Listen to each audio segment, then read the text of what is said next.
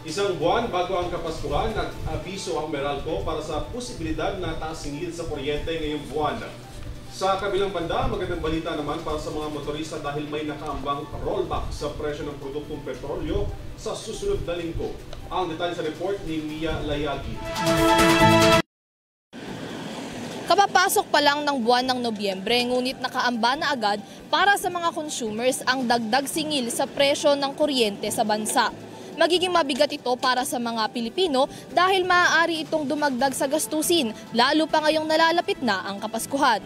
Sa abiso ng Meralco, mayroong posibilidad ng pagkakaroon ng dagdag singil sa overall electricity rate sa bansa ngayong Nobyembre, bunsod na rin ng iba't ibang mga salik sa merkado.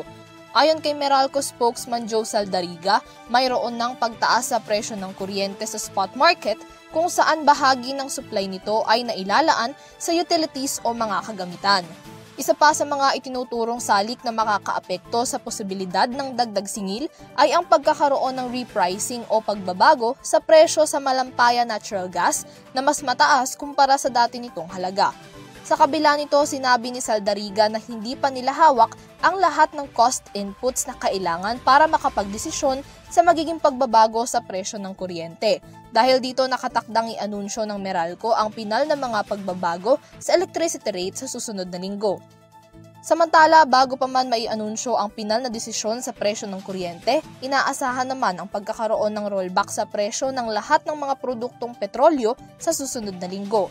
Base sa first 4 trading days, nasa 1 peso and 23 centavos kada litro ang ibababa ng diesel, 62 centavos per liter sa gasolina, habang 1 peso and 4 centavos kada litro naman ang sa kerosene.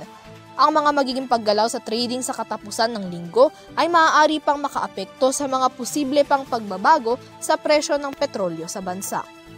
Para sa EuroTV News, Mia Layagin, sumasaludo sa bawat Pilipino.